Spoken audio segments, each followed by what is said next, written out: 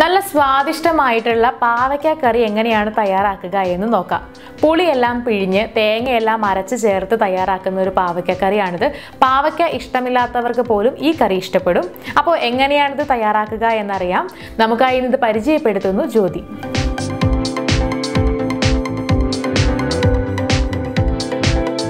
പാവയ്ക്ക 1/2 കിലോ, പുളി, ചുവന്ന മുളക് 4-5, 1 ടേബിൾ സ്പൂൺ ഉഴുന്നുപരിപ്പ്, 1 കപ്പ് ചിരകിയ തേങ്ങ, 1 നുള്ള് മഞ്ഞൾപ്പൊടി, 2 ടീസ്പൂൺ എണ്ണ, ഉപ്പ്, കറിവേപ്പില, 1 ടീസ്പൂൺ കടുക് എന്നിവയാണ് വേണ്ടത്. ഇനി ഇത് തയ്യാറാക്കാനായിട്ട് ഒരു പാനിൽ ചുവന്ന മുളക് ഇട്ട് കൊടുക്കുക.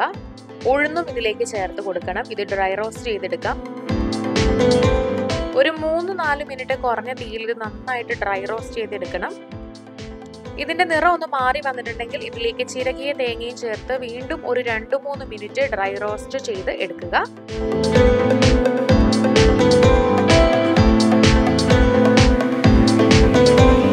ഇത് നന്നായിട്ട് പാകമായി കഴിഞ്ഞിട്ടുണ്ടെങ്കിൽ തീ ഓഫാക്കി തണുക്കാൻ വെക്കണം.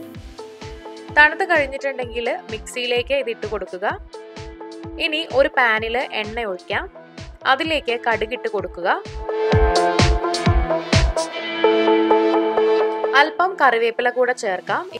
ഇനി ഇതിലേക്ക് മുറിച്ചു വെച്ച പാവയ്ക്ക ചേർത്ത് നന്നായിട്ട് ഇളക്കുക. ആവശ്യത്തിന് മഞ്ഞൾപ്പൊടിയും ഉപ്പും ചേർത്ത് കൊടുക്കണം. എന്നിട്ട് നന്നായി ഇളക്കുക.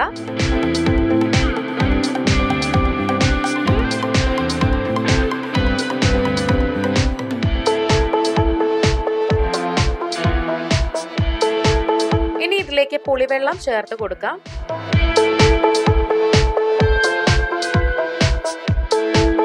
ആവശ്യത്തിന് വെള്ളവും ഇതിലേക്ക് ചേർത്ത് കൊടുക്കാവുന്നതാണ്.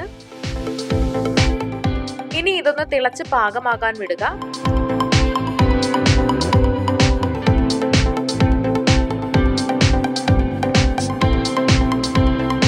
തിളച്ചൊന്ന് പാകമായി വന്നിട്ടുണ്ടെങ്കിൽ ഇതിലേക്ക് അരച്ചു വെച്ച തേങ്ങയുടെ പേസ്റ്റ് ചേർത്ത് കൊടുക്കാം. ഇനി ഇതൊന്ന് ഇളക്കി കൊടുക്കുക. നല്ല കട്ടിയുള്ള ഗ്രേവി ആണെങ്കിൽ കട്ടി അല്പം കുറയ്ക്കാനായിട്ട് കുറച്ച് വെള്ളം കൂടെ ചേർത്ത് ഇളക്കാവുന്നതാണ്.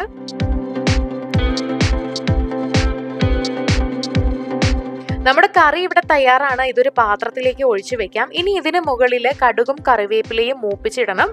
അതിനായിട്ടൊരു ചെറിയ പാൻ എടുത്തിട്ടുണ്ട്. ഇതിലേക്ക് എണ്ണ ഒഴിച്ചു കൊടുക്കുന്നുണ്ട്. അല്പം കടുകിട്ട് പൊട്ടിക്കാം. ഇനി കറിവേപ്പില ഇട്ട് നന്നായിട്ടൊന്ന് പാകമാക്കിയതിന് ശേഷം ഇതെടുത്ത് അങ്ങനെ തന്നെ നമ്മുടെ കറിയിലേക്ക് ഒഴിച്ചു കൊടുക്കാം. വളരെ സ്വാദിഷ്ടമായിട്ടുള്ള ഒരു പാവയ്ക്ക കറിയാണിത്. പാവയ്ക്ക ഇഷ്ടമില്ലാത്തവർക്ക് വരെ ഇഷ്ടപ്പെടുന്ന ഒരു കറിയാണ്. നിങ്ങൾ വീട്ടിൽ ട്രൈ ചെയ്ത് നോക്കുക.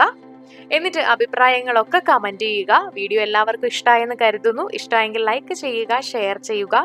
ഇതുപോലുള്ള കൂടുതൽ വീഡിയോകൾക്കായി സമയം മലയാളം സബ്സ്ക്രൈബ് ചെയ്യുക.